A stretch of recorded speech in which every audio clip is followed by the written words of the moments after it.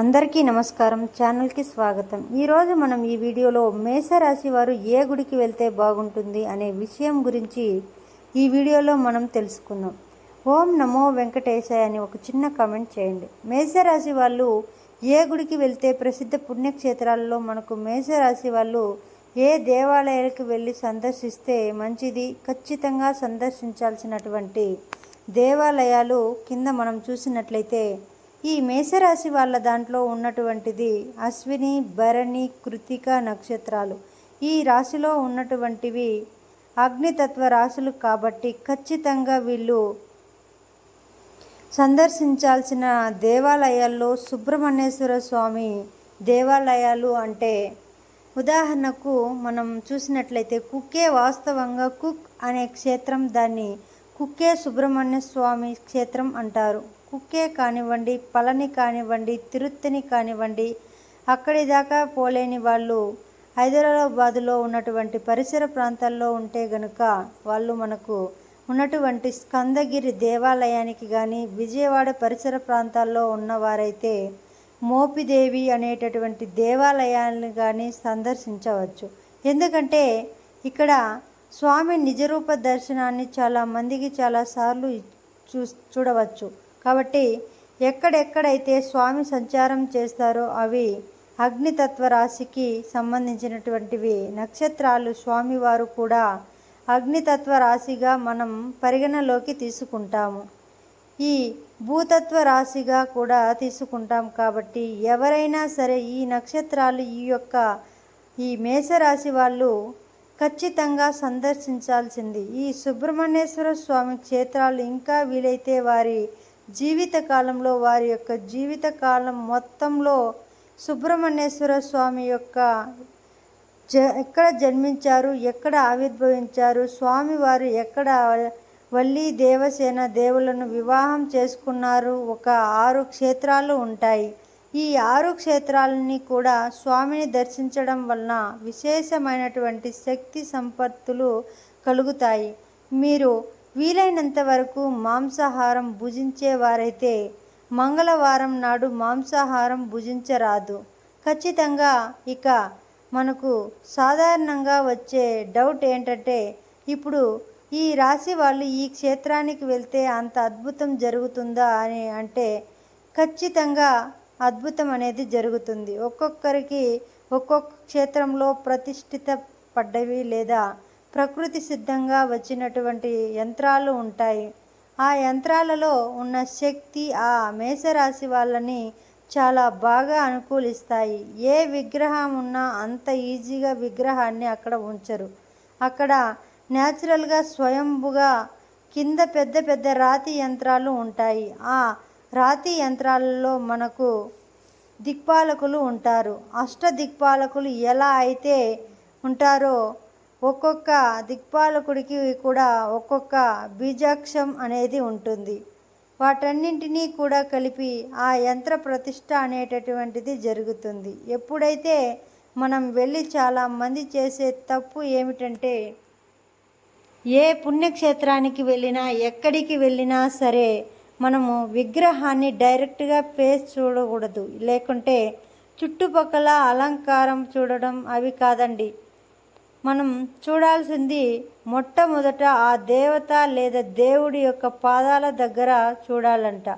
అక్కడి నుండి ప్రారంభించి చిన్నగా పైకి చూసుకొని కనురెప్ప ఎంత వీలైతే అంత తక్కువ చూడాలి.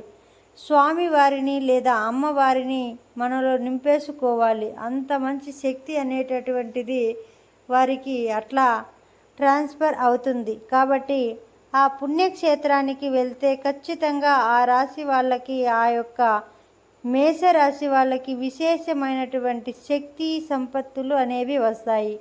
ఏవైనా మనం దానాలు చేయాల్సి ఉంటే కూడా కొంతమంది యాత్రలు చేసి వచ్చి దానాలు చేస్తారు. వాళ్ళు ఏదైతే ఇప్పుడు నేను చెప్పిన క్షేత్రాలు ఉన్నాయో వాటికి వెళ్ళి దర్శనం చేసుకుని తిరిగి వచ్చిన సమయంలో బ్రాహ్మణోత్తములకి ఆ యాత్ర స్థలం నుంచి తెచ్చిన ఏదో ఒక పదార్థాన్ని బ్రాహ్మణుడికి దానం ఇవ్వాలి. ఇంకా అక్కడి నుంచి తీసుకొచ్చినటువంటి కొన్ని వస్తువులు అనేవి ఇప్పుడు కుక్కే సుబ్రహ్మణ్య స్వామి చెప్పాను కదా, అక్కడ మనము స్వామి వారికి అభిషేకం చేసిన నీళ్లు అనేవి అమ్ముతారు. అంటే నేను ఓపెన్గా చెప్తున్నా, మా ఆవిడ భరణి నక్షత్రం మేషరాశి, ఇంట్లో ఎప్పుడూ నా దగ్గర అలా ఉంటాయి. ఎంత శక్తివంతమైన వాటర్, ఆయన ఒంటి మీద అభిషేకం అనేది చేసినటువంటి నీరు. ఆ నీటిని మనం ఏదైనా పుణ్యకార్యాలకు ఉపయోగించడం వలన అనేక ఫలితాలు అనేవి కలుగుతాయి. అందుకనే ఏది అంత ఈజీ కాదు. ఏదో ఒక మిరాకిల్ అనేటటువంటిది ఖచ్చితంగా క్షేత్రాల్లో ఉంటాయి. కాబట్టి ఈ మేషరాశి వాళ్ళు ఖచ్చితంగా వెళ్ళండి, ఆ క్షేత్రాలకు వెళ్ళండి, స్వామివారిని సందర్శించండి. అదేవిధంగా మంగళవారం నాడు నాన్ వెజ్ తినడం అనేది మానేయండి. అసలు కంప్లీట్గా మానేస్తే ఇంకా చాలా మంచిది. ఎవరైనా సరే దీనిని చాలామంది చెప్తూ ఉంటారు. వ్యక్తిగత జాతకం కూడా ఇంపార్టెంట్. దాన్ని బట్టి కూడా ఫలానా దేవత ఆరాధన చేయాలి, దేవుడు ఆరాధన చేయాలి చెప్తూ ఉంటారు. వీరి యొక్క రాశి కుజుడికి రాశ్యాధిపతికి కుజుడికి సంబంధించినటువంటి సుబ్రహ్మణ్యేశ్వర స్వామికి సంబంధించిన మంత్రాలే ఉంటాయి పూర్తిగా. కాబట్టి ఆది దేవతలని ప్రత్యాది దేవతలకి మనకు దుర్దోషములకి అన్నింటికీ కూడా తీసేసేటువంటిది ఏమిటి అంటే విశేషంగా ఈ దేవతలే. ఇప్పుడు సుబ్రహ్మణ్యేశ్వర స్వామి ఆరాధన చేయడం వలన జాతకం మారిపోతుందా అని అన్నారు.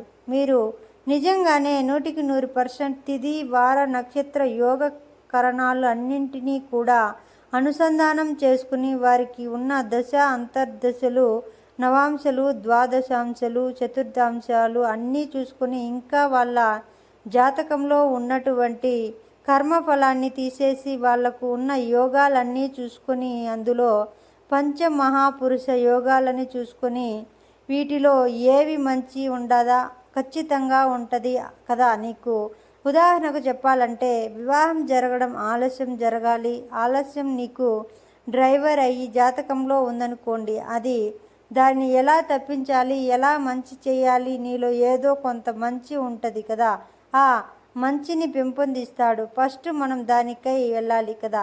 అవును, ఎప్పుడైతే మనం క్షేత్రానికి వెళ్తే ఒక గురువులా మన యొక్క ఆది దేవతలు ప్రవర్తిస్తారు. దానికి మనకు ఉన్నటువంటి ఆ నెగిటివిటీ అంతా కూడా తీసేస్తారు. కాబట్టి నిజంగా పాజిటివిటీ నింపుకొని జాతకం అనేటటువంటిది అదే చేస్తుంది. వచ్చేటటువంటి నెగిటివ్ అనేది చెప్పింది ఆది దేవతలందరూ కూడా వాటిని కాపాడుతారు. అందుకే వారి ఆరాధన చేయడం వలన మనకి అద్భుతాలు అనేవి జరుగుతాయి. అంటే అది మనం చేసేటటువంటి పూజ పురస్కారాల్లో ఉంటుంది. 100% అదే విధంగా జరుగుతుంది. మేషరాశి వారు ఏ గుడికి వెళ్తే బాగుంటుందని చాలా చక్కగా మనం ఈ వీడియోలో తెలుసుకున్నాం కదండి. ఇలాంటి మరెన్నో వీడియోస్ కోసం మన ఛానల్ని సబ్స్క్రైబ్ చేసుకోండి. అదేవిధంగా ఈ వీడియోని మీ ఫ్రెండ్స్ అండ్ ఫ్యామిలీ మెంబర్స్కి ఈ వీడియోని షేర్ చేయండి. అదేవిధంగా మాకు మీ సపోర్ట్గా ఇవ్వండి.